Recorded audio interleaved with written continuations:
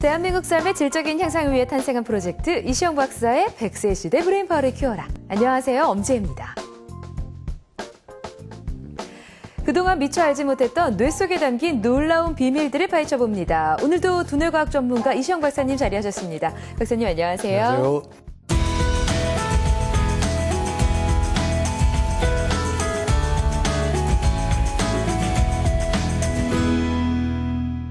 네, 오늘도 최신 뇌과학 뉴스로 좀 문을 열어볼까 합니다. 오늘 첫 번째 뉴스는요, 다운 증후군에 관한 연구입니다. 네. 캘리포니아 대학의 웬빈 댄 교수가 이 다운 증후군에 영향을 미치는 단백질을 밝혀냈다고 하는데요.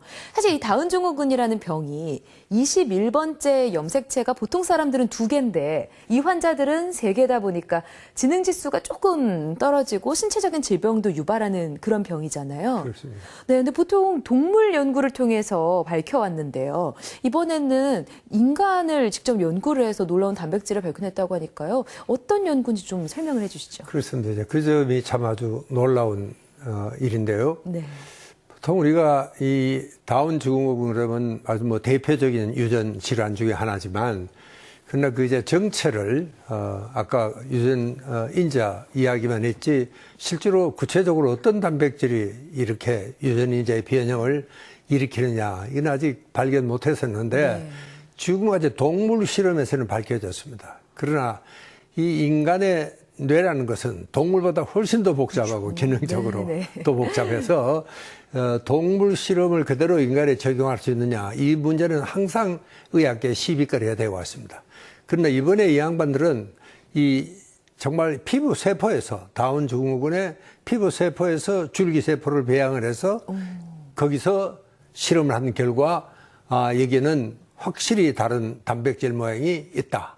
네네. 그러니까 어떤 그 신경세포 중에서 별 모양의 특별한 신경세포가 있는데 여기에 이 단백질이 정말 다른 신경세포를 죽이고 기능을 떨어뜨린다. 그래서 다운 증후군을 야기한다. 그건 아주 놀라운 결과였습니다. 그렇죠. 여기 동물에게서는 연구를 했다고 하지만 처음으로 인간 세포에게서 그렇습니다. 그 단백질을 채취해냈으니까요. 네. 정말 네. 믿을 만한 연구 결과가 그렇습니다. 아닐까 싶습니다. 예. 자, 두 번째는요. MIT로 좀 가봅니다. MIT의 에이미 핀 교수와 그의 연구진들이 또 놀라운 뇌에 관한 발견을 했다고 하는데요. 자, 어린아이들보다 성인들이 외국어를 배우는데 좀 어려움을 많이 겪잖아요. 저도 외국어 배우는데 정말 어렵다는 느낌을 좀 많이 받는데 이거에 대한 이유가 따로 있다면서요? 그렇습니다. 이제 우리가 실제로 이제 언어 습득을 하는 데는 인계기라는 것이 있습니다. 네. 거기 이제 만 3살까지예요. 이렇게 3살 때 언어를 습득을 못하면 이 아이는 영영 언어를 습득을 못하게 되는, 아마 지금 이 연구는 그렇게 일정한 시기에 언어 교육을 이야기하는 것 같지는 않고요. 네네네. 대개 이제 어느 정도 아이들이 자라고 난 후에 그래도 어른들에 비해서는 아이들이 확실히 그 언어 습득이 배워요. 빠릅니다. 네. 이 이민 간 사람들 보면 아버지, 엄마는 아주 엉마인데도 애들을 보면 벌써 네. 말이 달라져요. 그 발음도 아주 뭐 정확해지고. 네. 우리는 지금 아직도 엘, 아 이런 발음을 잘 못하거든, 저도요. 그런데도 애들은 굉장히 빠릅니다. 그러니까 어떻게 보면은 이 어른이 되면은 인지 기능이 굉장히 이제 발달이 되고 복잡해지니까 오히려 말을 배우는 데는 다른 정보하고 합쳐져 가지고 오히려 이게 자꾸 방해를 합니다. 이 기억이라는 것은 그 전에 있던 기억은 새로 들어오는 기억을 방해를 합니다. 못 들어오는. 예, 그런 작용을 하고 있기 때문에 오히려 가령 뭐 단어를 숙지를 한다든가 또 이런 계획을 짠다든가 이런 건 뭐 애들보다 낫겠죠. 그러나 실제로 그 섬세한 뉘앙스라든가 이런 것은 어린이들에 비해서 못하다고 그럽니다. 그러니까 애들은 어떤 의미에서는 이 체득을 한다. 이게 몸으로 느끼고 그 뉘앙스라든가 이런 것은 확실히 우리하고는 뭐 인지적으로는 우리가 어른이 낫지만 애들 경우에는 이게 아마 체득을 한다는 말이 더 정확한 표현이 아닐까. 그러니까 아이들은 그 섬세한 뉘앙스라든가 이런 것을 잘 알아듣고 그게 쉽게 이게 자기 몸에 있기 때문에 오히려 영어라든가 외국어를 배울 때도 확실히 이 애들이 유리하다. 뭐 그렇게 이야기를 하는데 이게 이렇게 이야기하면 이제 이 조기 또 외국어 열풍이 불까봐. 또 불까봐 겁이 납니다만은 네. 그러나 뭐 그거는 뭐 확실하게 사실입니다. 애들은 말을 빨리 잘 배우는 건 사실입니다. 어떻게 보면 어른들이 너무 많이 알아서 아는 게 독이 되는 것 같아요. 네. 아이들은 좀 단순하게 받아들이는데 어른들은 기존에 들어와 있던 정보들이 많다 보니까 좀 그 언어 습득을 방해하는 것 같습니다. 자, 오늘도 좀 재미있는 최신 뇌과학 뉴스 두 가지를 알아봤고요.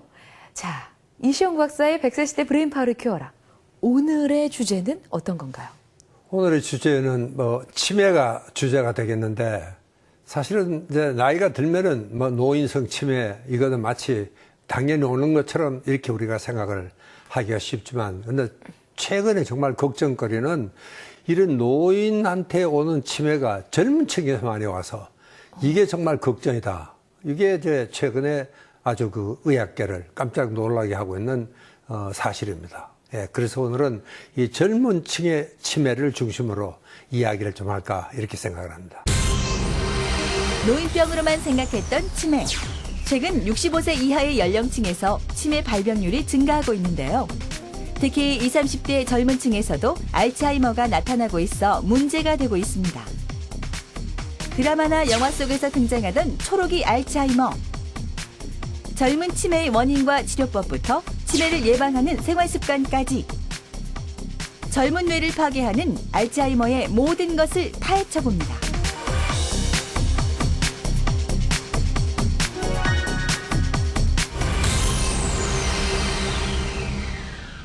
젊은 뇌 파괴자 알츠하이머. 박사님, 알츠하이머란 병이 정확히 어떤 병인가요?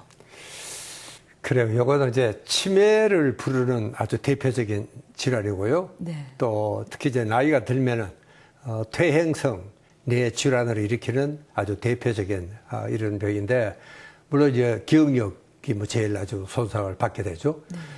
그 이외에도 혈관성 치매도 있고 뭐 여러 가지 이유가 많습니다. 특히 우리나라는 비교적 혈관성 치매가 상당히 많은 걸로 이렇게 보고가 되어 있습니다. 그래서 이 문제는요, 이게 나이가 들어서 오는 것까지는 그래도 또 이해가 되는데, 이 요즘은 이제 젊은 층에서 이 노인성 치매가 네네. 많다는 게 이게 정말 걱정입니다. 그래서 이번 시간에 아마 그 이야기를 중점적으로 좀 해야 될 것 같습니다. 네, 이 노인병, 노인 질환의 일종으로 알츠하이머는 잘 알고 있었는데요. 젊은 층에게서도 일어난다고 하니까 좀 놀랍습니다. 오늘은 이 젊은 층에게서 일어나는 초록이 알츠하이머에 대해서 좀 알아보려고 하는데요. 오늘 도움 말씀 주실 전문가 선생님은 누구신가요? 네, 오늘은 그 방면에 정말 전문가시죠. 이은하 박사를 모셨습니다. 네, 반갑습니다. 어서 오십시오. 네. 예.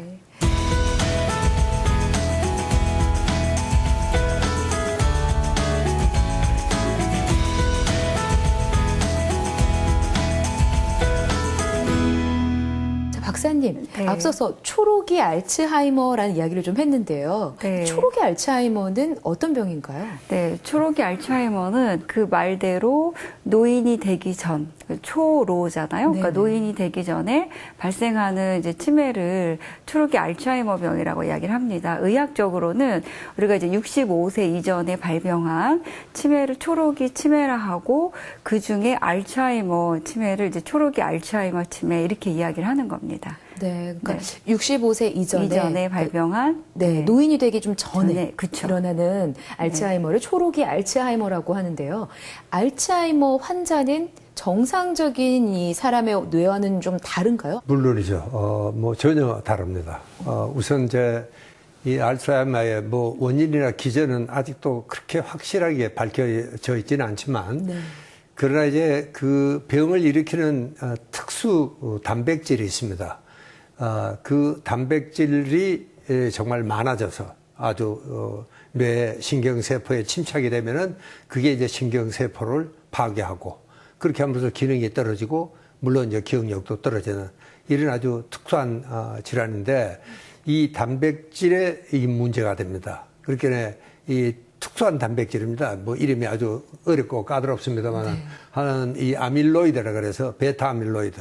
또 하나는 이 예, 타우 타우 단백질. 네, 네. 고약합니다. 네. 이것도 물론 단백질의 일종인데 어쨌든 이런 특수한 단백질이 많아지면은 이게 이제 뇌 신경세포에 우리가 뇌과학적으로는 이걸 플레이크라 그렇게 이야기하는데 이런 뭐 덩어리가 막 생기는 겁니다. 그러니까 그 뇌 기능이 옳게 될 수가 없죠. 예. 그게 이제 문제입니다. 가시적으로도 뇌 모양이 완벽히 다르죠. 다르죠. 예. 예. 이런 현상이 젊은 층에게서도 일어날 수 있다는 얘긴데요. 네. 자, 그럼 드라마 속에서만 전 존재하는 줄 알았습니다. 사실 네, 네. 20, 30대 알츠하이머 환자가 이제 아내로 있어서 뭐 일어나는 네. 일들이 영화나 드라마에서는 그죠. 좀 네. 소재로 사용이 됐는데요. 실제 현장에서도 그런 환자들을 많이 보십니까?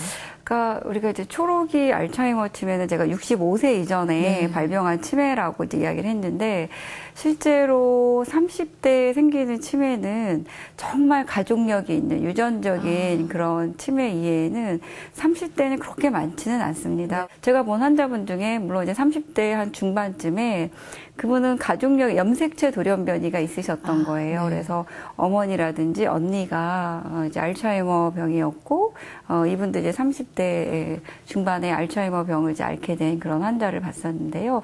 가장 많은 초록이 알츠하이머 치매 환자분들은 보통 50대 초반이나 중반 한 54세 정도 그때 의학적으로 제일 많이 발병하는 것으로 그렇게 알고 있습니다. 자, 초록이 알츠하이머 어떤 식으로 병의 증상이 나타나는지 그 환자들의 영상을 좀 담아봤거든요. 영상 함께 보시고요. 계속해서 초록이 알츠하이머의 원인과 치료 방법에 대해서 이야기 나눕니다. 젊은 치매 환자가 꾸준히 늘고 있습니다. 일반적으로 치매는 노년 질환으로 생각하기 쉬운데요. 최근 들어 65세 이하의 초록이 알츠하이머 환자가 매년 증가 추세입니다. 우리나라 치매학회에서 발표한 그 유병률을 보게 되면 알츠하이머 치매 환자분 중에서 초록이 환자분들은 대략 한 13에서 14% 정도의 유병률을 띠고 있고 그 알츠하이머 치매 외에 혈관성 치매라든가 다른 운동장애 증상이 동반된 치매 등 다른 치매와 합쳤을 때는 대략 초록이 치매의 그 유병률은 20% 정도라고 지금은 알려져 있습니다. 요즘 있잖아. 집을 잘 못 찾아가겠어. 드라마와 영화 속 단골 소재로 등장할 만큼 젊은 치매에 대한 사회적 관심도 높은데요. 한때 젊은 여성의 치매를 소재로 한 영화가 큰 인기를 얻으면서 초록이 알츠하이머의 심각성이 알려지기 시작했죠. 어떻게 되는 거야, 나? 특히 젊은 치매는 한창 사회나 가정에서 중요한 역할을 해야 할 시기에 나타나기 때문에 사회적 문제로 부각되고 있습니다. 초록이 환자 사례를 살펴보면 그 심각성이 상상 이상이라고 하는데요. 어떤 일이 있었는지조차 전혀 생각을 하지 못하는 그런 기억력 저하를 주소로 오시는 분들이 많으시고요. 점차 언어 장애라든지 행동 장애, 그다음에 실행 능력의 저하 같은 인지 기능 저하와 그다음에 일상생활 행동 수행이 저하가 되는 증상들을 나타내십니다. 젊은 층의 경우 유전성 알츠하이머일 확률이 높은데요.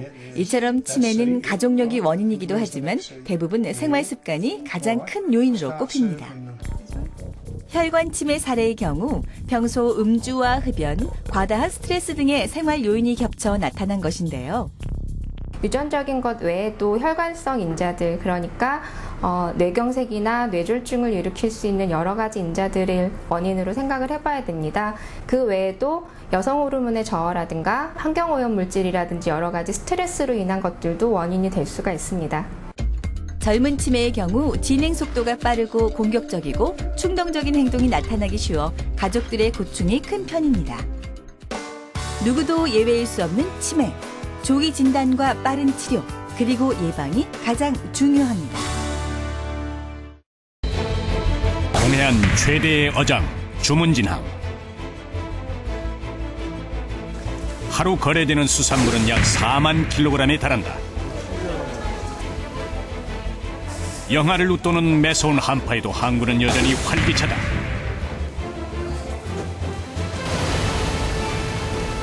한겨울에도 피할 수 없는 조업.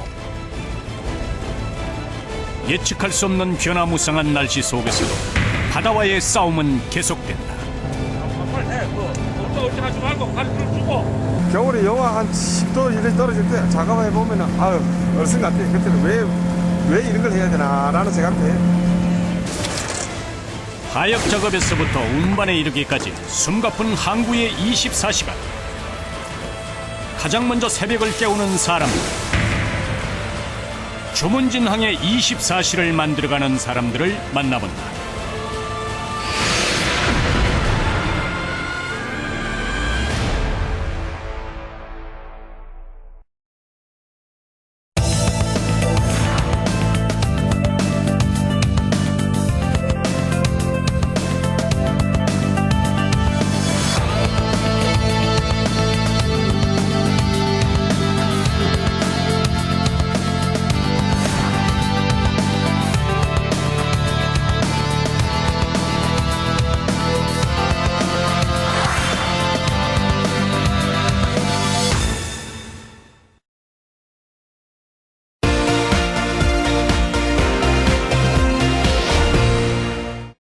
자, 초록이 알츠하이머 환자들의 모습들, 증상들에서 조금 영상으로 만나봤는데요. 40, 50대 이 초록이 알츠하이머 환자들의 경우 발병 원인은 어디에 있는 건가요? 그러니까 우리가 이제 알츠하이머 병하면 사실 원인을 한 가지로 이야기하기는 어렵고 저희가 이제 의학적인 용어로는 이제 멀티팩토리얼 팩터라고 이야기를 하는데 다양하다는 거죠. 굉장히 많은 원인들이 결국 뇌세포와 뇌혈관을 이제 파괴하는 병인 거죠. 뇌세포가 있는데 거기에 피가 공급이 안 되면 이제 건강하게 살지 못하는 그렇죠. 거죠. 그래서 뇌혈관 질환을 일으키는 많은 원인들, 뭐 고혈압, 당뇨, 고지혈증이라든지 아니면 흡연이라든지 뭐 음주라든지 이런 다양한 또는 뭐 가스 중독이라든지 이런 것 또한 수면 부족 같은 것도 사실은 알츠하이머 병의 이제 원인으로 이렇게 밝혀지고 있습니다. 그게 많다는 거는 아직 한 가지로 설명할 수 없다라는 거죠. 네. 선생님 그러면 뭐 어느 날 갑자기 일어나는 게 아니네요. 그렇습니다. 이게 뭐 워낙 만성 질환이니까 네. 실제로 이 국제 치매 연구 조직에서 발표한 바에 의하면은 치매에 걸릴 사람은 자세히 보면은 거의 한 25년, 30년 전부터 문제가 있기 시작을 한다. 그러니까 그런 사람들은 뇌 척수액을 검사를 해보면은 이상이 벌써 발견된다는 거죠. 그리고 싹이 트고 있는 겁니다. 이렇게 참 생각하면 좀 끔찍하고 그죠. 의시시한 이야기인데 그렇게 25년, 최소한 25년 전부터 이상이 있어서 싹이 터서 나중에 치매가 그렇게 심각하게 된다. 뭐 그런 보고도 있습니다. 아니, 그러면 20년, 25년 전부터 그 싹이 보인다고 하면요. 그 싹은 우리가 흔히 느끼는 뭐 건망증 같은 거에서 그 싹을 찾을 수 있는 건가요? 어떻습니까? 보통 이제 65세 이 정도의 이제 치매 진단을 받거나 증상이 이제 나오기 시작을 하는데 그 환자분들의 어떤 그 척수액 변화라든지 뇌 세포의 어떤 병리학적 변화를 보면 말씀하신 대로 한 40대 중반 네, 한 20년, 25년 전에도 이미 이제 변화가 시작이 됐고, 아까 말씀드린 어떤 아밀로이드라든 이런 이제 단백이 쌓이는 그런 표지자를 저희가 이제 검사할 수 있는 방법이 있거든요. 그러니까 그 검사에서 이제 포지티브가 나온 사람들이 나중에 봤더니 치매에 걸릴 확률이 높았더라. 이제 이런 보고가 있는 거죠. 그리고 임상적으로는 실제로 보면, 이게 초록이 환자분들의 대부분은, 그러니까 그 기억장애도 기억장애인데 건망증도 건망증인데요. 괜히 이렇게 집착한다든지 뭐 초조해한다든지 불안하다든지 아니면 수면장애, 불면증 같은 것도 이제 많이 호소를 하시는데요. 그때는 젊기 때문에 그게 치매 전조 증상이라고 생각을 못 하는 거예요. 근데 실제로 제가 이제 보고 있는 환자분 중에 계속 어지럽다고 얘기를 하셔요. 어지럽다고. 계속 어지럽다 얘기를 하시는데 모든 검사를 해봐도 어지럼증의 원인이 없어요. 어지럼증의 원인이 없고. 네네. 그래서 이제 마지막엔 이게 어지럼증에 대한 어떤 집착이 아닌가. 그래서 이런 이제 인지기능 검사, 치매 검사를 했는데 거기서 포지티브가 나온 거예요. 예, 그런 분들도 있고 또는 이제 수면장애, 이제 아까 말씀드린 대로 나는 잠을 못 잔다라고 생각을 하시는데 실제로는 자는 거죠. 근데 가족들은 그것 때문에 굉장히 힘들어하세요. 계속 잠을 못 잔다 하니까. 그래서 그분도 검사를 했더니 뇌가 이제 많이 줄어들어 있고 치매 초기 증상이 나타나는 거죠. 그래서 그 60대, 65세 때 우리가 막 정확한 어떤 기억장애라든지 길을 잃고 이런 치매 확실한 증상 이외에 한 45세 요때에 나타난 증상은 이전과 달리 변하는 거.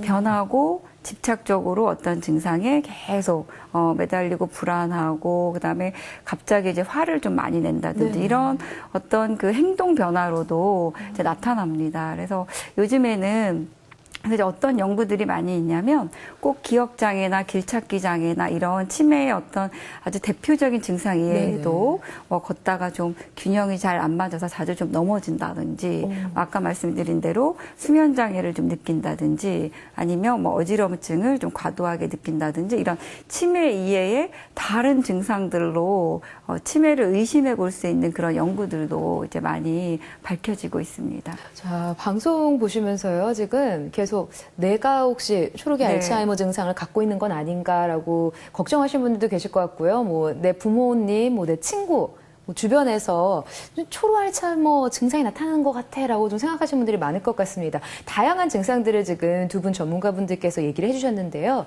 그래서 좀 체크를 해보시라고 체크리스트를 준비를 해봤습니다. 이 항목별로요. 정말 맞는 얘기다. 나에게 딱 그런 상황이다라고 생각이 드시면 2점으로 점수를 매기시면 될 것 같고요. 어느 정도 좀 그런 경향이 있다 싶으시면 1점, 그리고 전혀 아니다 하면 0점으로 체크를 하셔갖고 좀 점수를 내보시기 바랍니다. 체크리스트 알려드릴게요. 자, 1번. 언제 어떤 일이 일어났는지 기억하지 못한다. 2번. 며칠 전에 들었던 이야기를 잊는다. 3번. 반복되는 일상생활에 변화가 생겼을 때 금방 적응하기가 힘들다. 4번. 배우자의 생일, 결혼기념일 등 본인에게 중요한 사항을 잊는다. 5번. 어떤 일을 해놓고 잊어버려서 다시 반복한다. 6번. 약속을 해놓고 잊는다. 7번. 이야기 도중 방금 자기가 무슨 이야기를 하고 있는지 잊는다. 8번. 하고 싶은 말이나 표현이 금방 떠오르지가 않는다. 9번. 물건 이름이 금방 생각나지 않는다. 10번. TV 프로그램을 보고 그 내용을 이해하기가 힘들다. 11번. 전에 가본 장소를 기억하지 못한다. 12번. 길을 잃거나 헤맨 적이 있다. 13번. 계산 능력이 떨어진다. 14번. 돈 관리를 하는데 실수가 있다.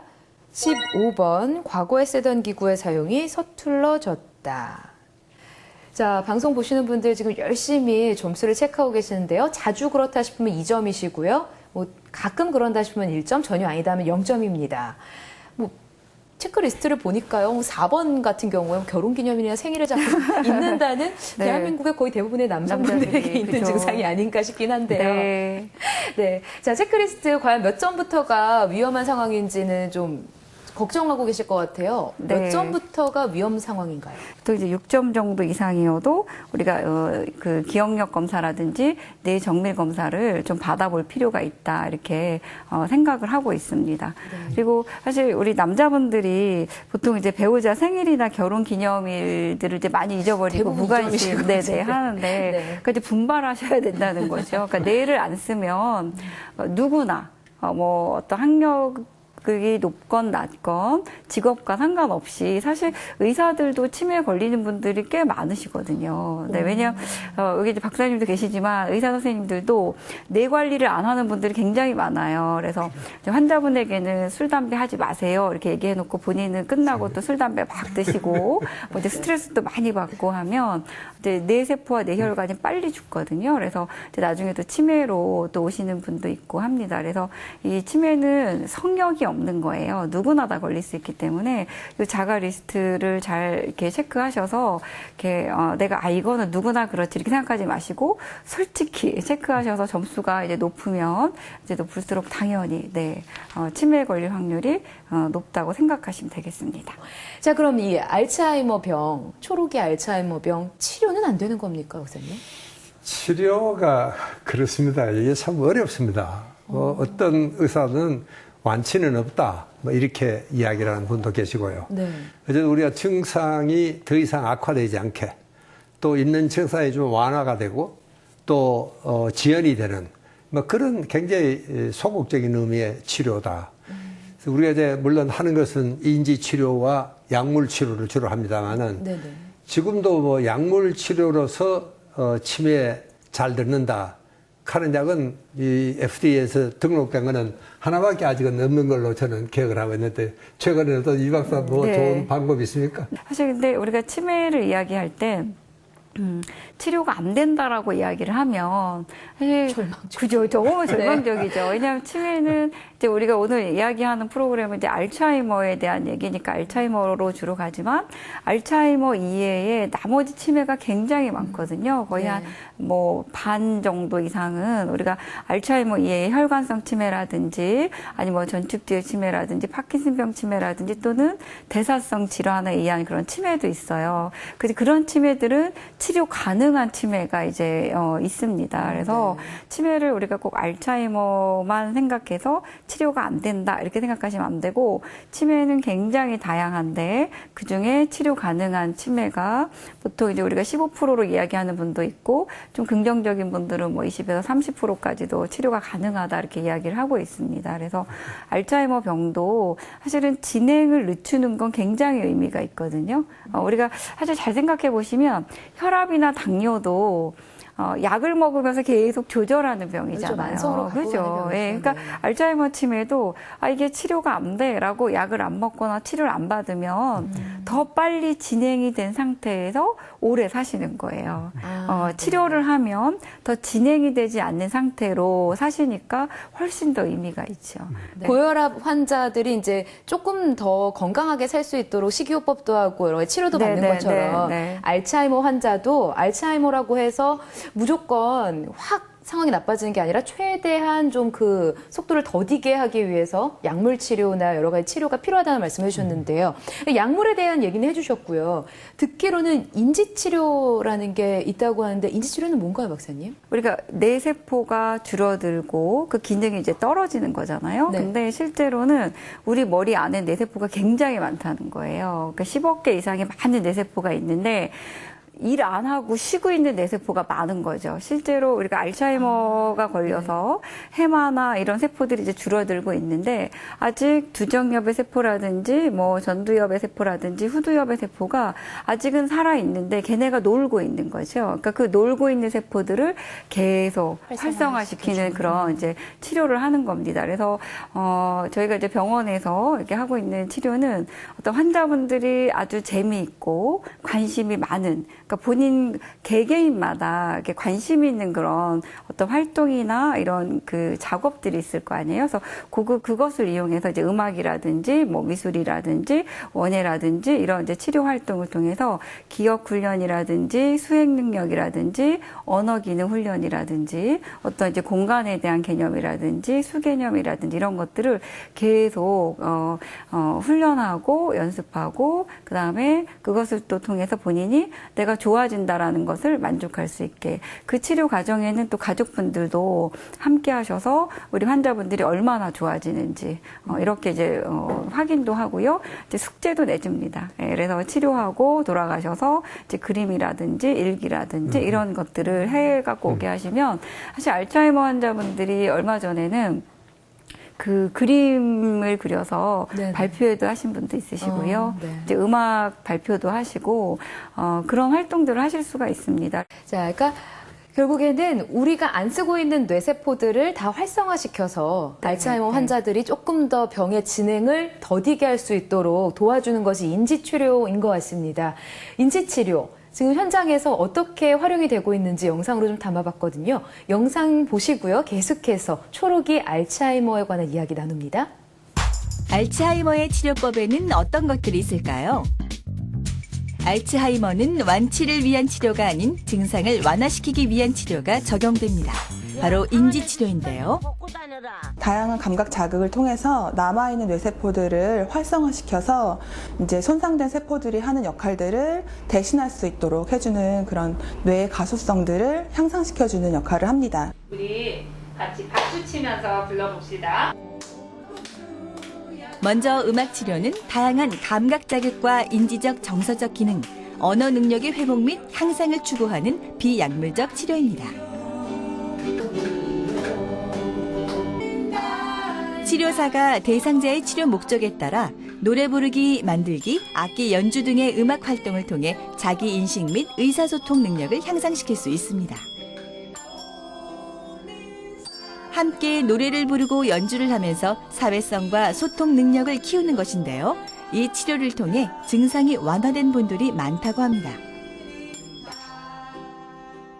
우울감이 매우 심하셔서 표정도 굉장히 어두우시고 저희하고 눈 맞춤도 잘 이루어지지 않았는데 음악 활동에 참여하시면서 표정도 많이 밝아지시고 주변 분들과도 자연스럽게 대화를 나누실 만큼 많이 좋아지신 분도 계십니다.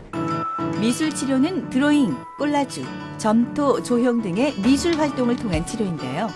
다양한 재료를 통해 자유롭게 내면의 상태를 표현하는 것입니다.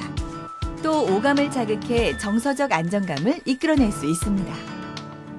그림을 통해서 손떨림이 있는지 그런 걸 관찰을 할 수가 있어요. 그래서 지금은 이제 안정적으로 적절히 비어있는 공간 안에 스스로 환자분이 배치를 하고 색깔도 선택해서 수행할 수 있는 수준으로 올라왔습니다.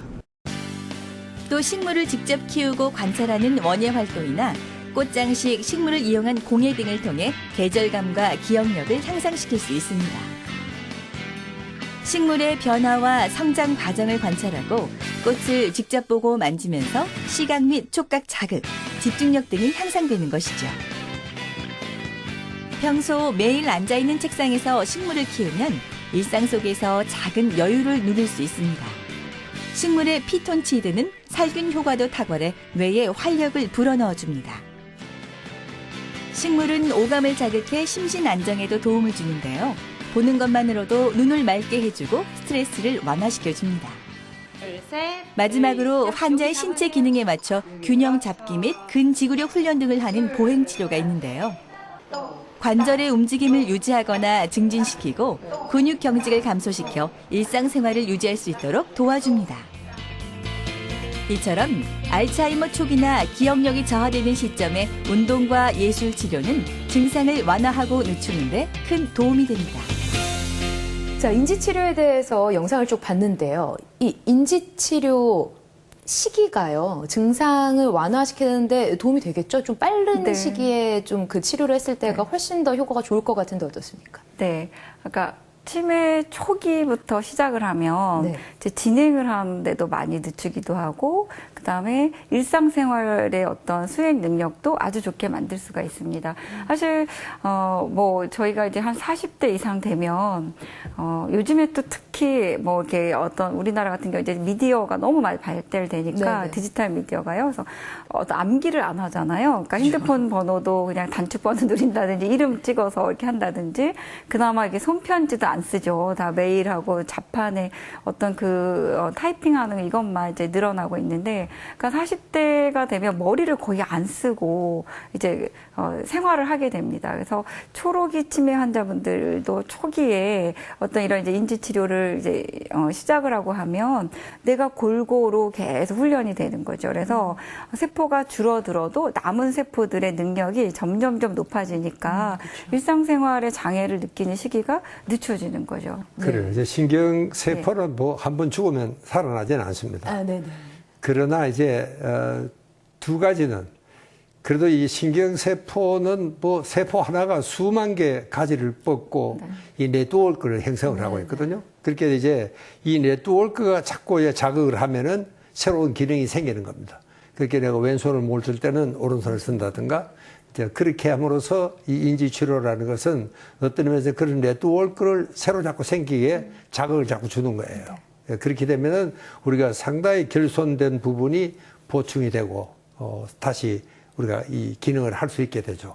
자, 100세 시대인 지금 알츠하이머 정말 두려운 병으로 떠올랐습니다. 뭐 생활 습관 또 어떤 여러 가지 방법들을 통해서요. 이 분명히 알츠하이머를 예방하고 오지 않게 하는 방법은 있다는 걸 알게 됐는데요. 자, 오늘 쭉 얘기해 주신 이야기들, 예방법들을 영상으로 좀 모아봤습니다. 영상 함께 보시죠. 치매를 예방하고 두뇌 건강에 도움이 되는 생활 습관을 알아봅니다. 치매는 생활 습관만 바꿔도 예방이 가능한데요. 반복되는 일상이 뇌 건강에 영향을 미치기 때문에 뇌세포를 살리는 생활 습관을 실천하는 것이 중요합니다. 치매의 주요 원인으로 손꼽히는 서구화된 식습관과 높은 흡연율, 과도한 음주는 우리 뇌를 망가뜨리고 있는데요. 뇌 건강을 위해서는 반드시 골고루 음식을 섭취하고 금연, 금주를 하는 것이 좋겠죠. 또 TV 시청보다는 미술과 노래, 글쓰기, 외국어 등 새로운 공부를 시작해서 뇌를 계속 자극하는 것도 좋은 방법입니다. 치매는 혼자 사는 사람에게 더욱 쉽게 찾아올 수 있는 병인데요. 혼자 살면 건강관리가 제대로 되지 않을 뿐더러 대화나 외부 자극이 부족하기 때문에 뇌가 무뎌집니다. 꾸준한 운동과 스트레스 조절, 그리고 활발한 대인 교류와 사회생활로 치매를 예방해야 합니다. 치매 예방에 도움이 되는 두뇌를 깨우는 상체 운동을 배워볼까요? 먼저 의자에 바르게 앉아 등을 최대한 펴고 올바른 자세로 앉습니다. 양손을 허리에 짚고 고개를 번갈아 기울입니다. 양손을 깍지 낀 상태에서 팔을 편 다음 좌우로 상체를 흔들어줍니다. 엄지부터 접으면서 숫자 세기를 할 수 있는데요. 하나, 둘, 셋, 넷, 다섯, 여섯, 일곱, 여덟, 아홉, 열. 오른손은 엄지손가락을 접은 다음 숫자 세기를 해보도록 하겠습니다. 하나, 둘, 셋, 넷, 다섯, 여섯, 일곱, 여덟, 아홉, 열. 몸을 움직여 근육의 긴장을 풀어 전두엽에 자극을 주어 두뇌를 활성화시킬 수 있는데요. 하루에 5분에서 10분만 시간을 내어 간단한 손가락 운동을 한다면 건강한 두뇌를 지킬 수 있습니다. 다음은 두뇌에 좋은 브레인푸드를 소개합니다. 무엇을 섭취하느냐에 따라 기억력과 집중력, 정서와 사고력이 좌우된다는 사실 알고 계셨나요? 먼저 등푸른 생선에는 뇌 발달에 좋은 필수 영양소인 불포화 지방산이 풍부한데요. 기억 및 학습 능력에 도움이 되는 DHA는 참치, 고등어, 꽁치, 삼치 등에 많이 들어있습니다. 두뇌 발달에 필수인 레시틴은 콩에 풍부한데요. 기억력과 집중력을 높여주는 아세틸콜린의 원료이기도 합니다. 우유보다 2배 정도 칼슘 함유량이 높고 비타민 E가 풍부해 피부에도 좋습니다. 또 정신 집중과 두뇌 발달에 좋은 알칼리성 식품 섭취도 중요한데요. 양파와 버섯, 바나나, 감자 등에 풍부합니다. 특히 시금치는 루테인과 엽산, 베타카로틴이 많이 들어있어 치매 예방에 효과적입니다. 천연 빛깔의 과일과 채소에는 황산화 영양소인 플라보노이드가 많이 들어있어 세포의 면역 체계를 튼튼하게 하고 산화를 방지합니다. 해조류는 요오드 성분이 많이 들어있어 두뇌 발달을 돕고 머리를 맑게 해줍니다. 또 김 한 장에는 달걀보다 풍부한 단백질과 쇠고기보다 많은 미네랄이 들어있습니다. 두뇌 발달을 돕는 불포화 지방산과 리놀산, 리놀레산이 풍부한 호두는 우수한 뇌세포를 만들어 혈액순환을 원활하게 하는 효과가 있습니다. 두뇌 건강을 지키는 다양한 생활 습관과 영양소로 100세까지 건강한 뇌를 만드세요. 나 고학력 미녀 아나운서 황현주. 난 개그계의 썸녀 한윤서. 개그도 과학적으로 푼다고?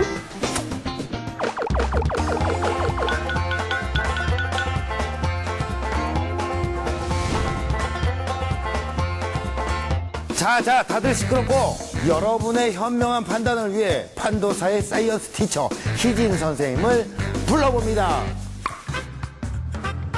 여러분의 현명한 판단을 도와줄 저 김희진이 돌아왔습니다. 핵심 정보만 쏙쏙 골라 알기 쉽게 알려드립니다.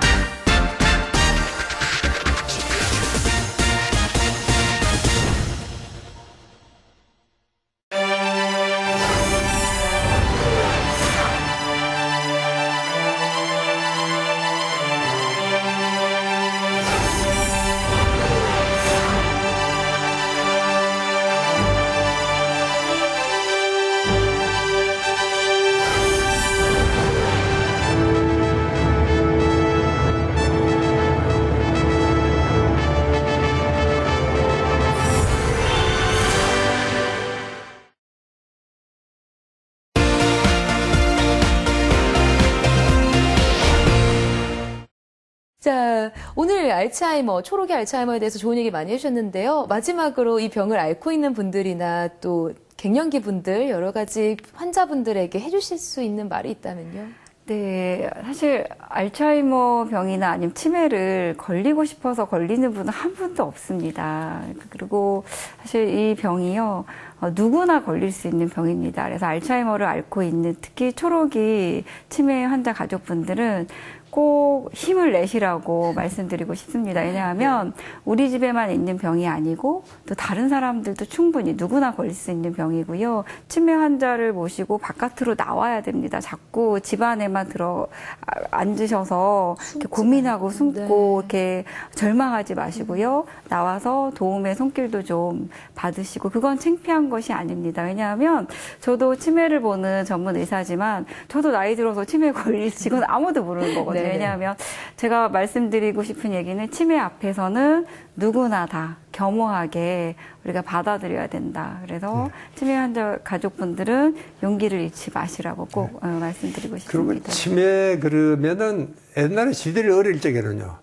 이 치매에 걸린 노인들은 우리하고 같이 놀았어요. 같이 우리하고 훌쩍하고 하고 페이치도 하고 같은 가족이었습니다. 그러니까 우리가 치매 환자에 대한 사회적인 인식도 좀 바뀌어야 되겠다. 그런 생각을 합니다. 또 특히 이제 외국에도 가면 뭐 아주 심한 정신분열병 환자들도 함께 생활하는 거예요.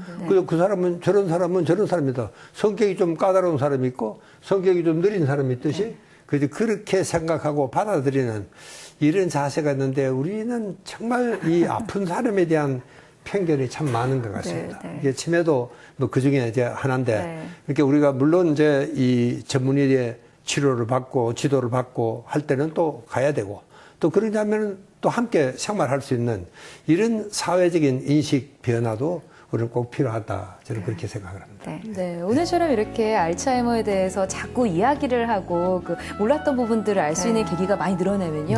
말씀하신 것처럼 이 사회적인 편견도 좀 줄어들지 않을까 하고 기대해 봅니다. 자, 오늘 초록이 알츠하이머에 대해서 좋은 말씀 많이 해주신 헤븐리 병원 신경과의 이은하 박사님, 감사합니다. 감사합니다.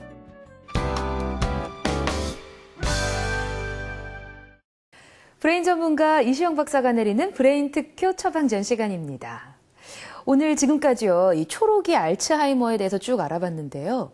뇌를 좀 더 젊게 유지하면서 살 수 있는 방법 어디 있을까요? 예. 뭐 여러 가지가 있겠습니다만은 우리가 일상생활에서 쉽게 할 수 있는 것, 이게 노래하면서 걸어라. 우리가 이게 걷는다는 것은 제가 여러 차례 말씀을 드렸지만 단순히 우리가 다리를 뻗고 내리고 하는 그런 것이 아닙니다. 이 걷는다는 것은 팔을 흔들고 균형을 잡고 착지 지점이 안전한지 다 보고 저걸 발을 들어라 놔라, 이 모든 것이 뇌에서 명령이 내려가야지 이게 가능한 거 아닙니까? 그러니까 사실은 걷는다는 것은 전뇌 활동입니다. 이게 뇌가 아주 활발하게 이렇게 움직이는 거기 때문에 뭐니 해도 치매 예방이나 혹은 또 치유에도 제일 좋은 게 걷는 것이고, 그 다음에 또 더구나 노래하면서 걷는다. 이 가사를 외우니까, 그리고 이 가사를 외운다는 그 자체가 힘들거든요. 특히 치매 환자들은요. 그러니까 이제 가사를 외우면서 또 그리고 가사를 외운다는 게 단순히 외우는 게 아니고 가사가 있는 노래는 항상 감정이 따라갑니다. 이게 우리가 이 젊을 때 우리가 들었던 그때 익혔던 노래를 부르면은 그 시절로 다시 돌아가는 겁니다. 그게 굉장히 그 젊은 뇌가 오히려 신경이 활발하게 되니까, 그래서 노래하며 걸어라. 저는 그 처방을 권하고 싶습니다. 네. 오늘도 나가셔서 걷게 되시면요, 주변 시선 신경 쓰지 말고 노래 부르면서 한번 걸어보시는 거 어떨까요? 긍정적인 삶의 습관이 뇌의 건강과 뇌의 젊음을 찾아다 준다고 합니다. 이시영 박사의 브레인 특효 처방전이었습니다.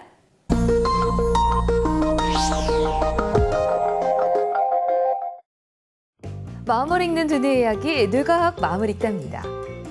여러분은 잠을 자면서 내가 꿈을 꾸고 있구나 하고 눈치챈 적 없으신가요? 이렇게 스스로 꿈을 꾸고 있다는 사실을 자각한 채로 꿈을 꾸는 현상을 자각몽이라고 하는데요. 이때 뇌의 의식은 꿈의 내용에 의식적으로 개입을 하거나 그 내용을 조정하는 일이 가능해진다고 합니다. 의식적으로 꿈을 조정할 수 있다는 사실이 잘 믿기지 않으시죠? 과연 자각몽이라는 게 가능한 걸까요?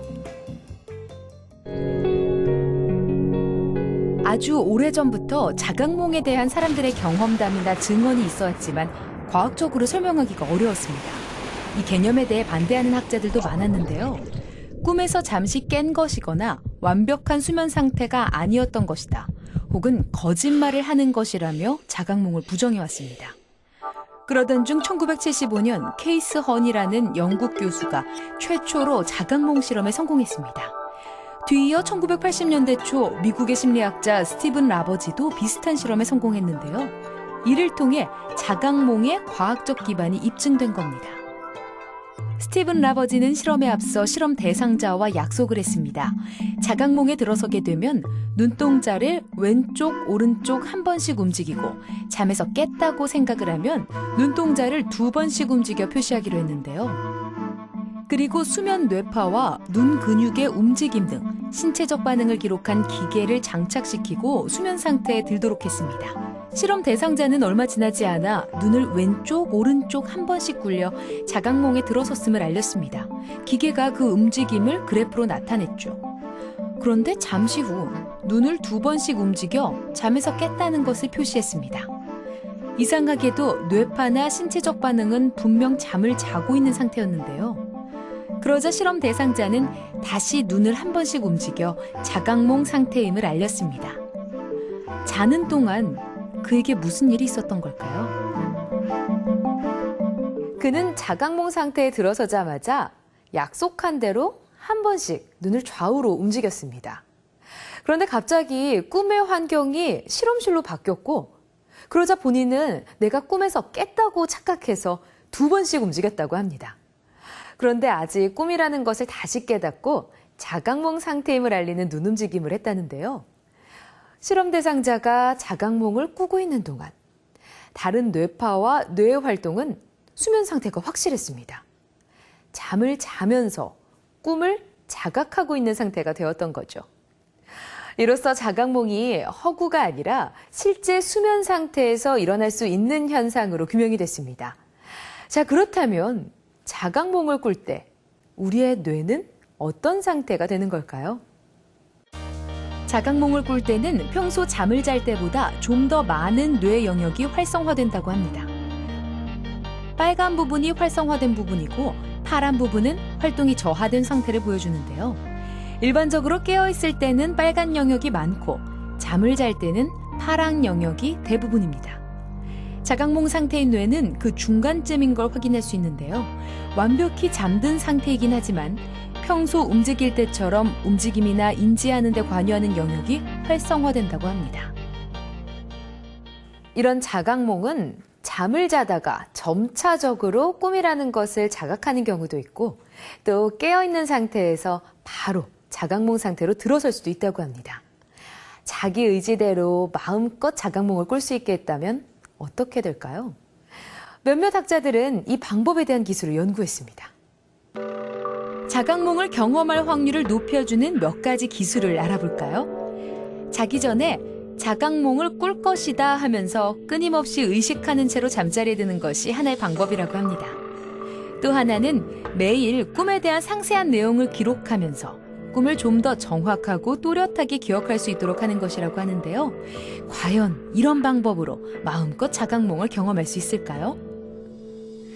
영화 인셉션에서 보면 팽이라는 매개체를 이용해 꿈인지 현실인지를 구분하는 장면이 등장합니다.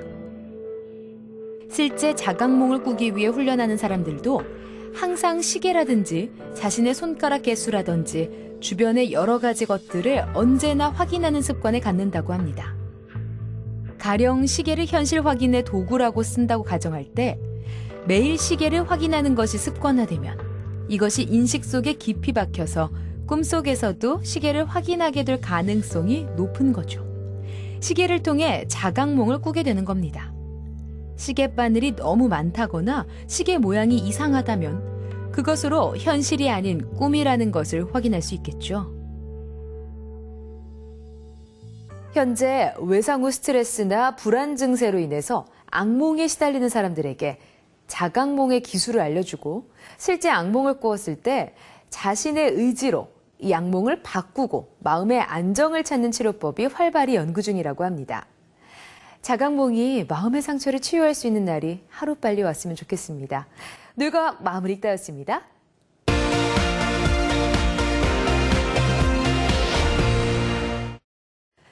자, 초록이 알츠하이머에 대해서 쭉 이야기를 나눠봤는데요. 박사님, 오늘도 퀴즈가 준비되어 있죠. 이것은 특히 이제 그 뇌에 좋은 견과류 중에 하나고요.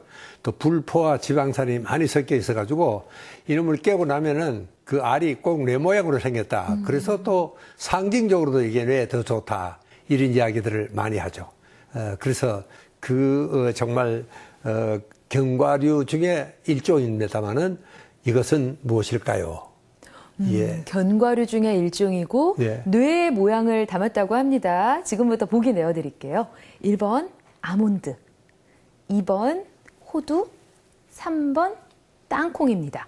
자, 다시 말씀드릴게요. 1번 아몬드, 2번 호두, 3번 땅콩. 이 중에서 정답이라고 생각되시는 번호와 정답을 적어서요. 아래 나가는 이메일로 좀 보내주시고요. 이름 또 주소, 전화번호까지 함께 보내주시면 추첨을 통해서 정답자께 브레인 잡지를 선물로 드립니다. 자, 박사님, 다음 주에는 어떤 이야기를 하나요? 예, 다음 주는 조금 복잡하고 심각한 이야기입니다. 네. 그러나 빼놓을 수가 없죠. 이 폭력에 관한 이야기입니다만은 폭력이야 미우면 뭐 행사할 수도 있게 되지만 우리가 정말 걱정을 해야 될 것은 정말 사랑하는 사람끼리 부부 간에 또 부자 간에 혹은 또 친구끼리 정말 믿고 서로 사랑하고 서로 의지하고 그래야 될 사람 사이에 어떨 때는 끔찍한 폭력 사건이 일어나고 솔직히 이 사랑과 폭력 원래 생각하면 전혀 반대 같은데도 사랑하기 때문에 또 폭력을 한다 하는 그런 유행가도 있었는데 정말 이 관계를 우리라도 한번 따져보고 넘어가야 될 것 같습니다. 네, 사랑과 폭력 그리고 뇌. 폭력을 가하는 뇌는 어떻고 또 사랑하는 사람에게 폭력을 당했을 때 우리의 뇌는 어떻게 변하는지 그 비밀을 다음 주에 알 수 있을 것 같습니다. 자, 사랑과 폭력 그리고 뇌에 관한 이야기 기대해 주시고요. 지금까지 이시영 박사의 100세 시대 브레인파워를 키워라였습니다.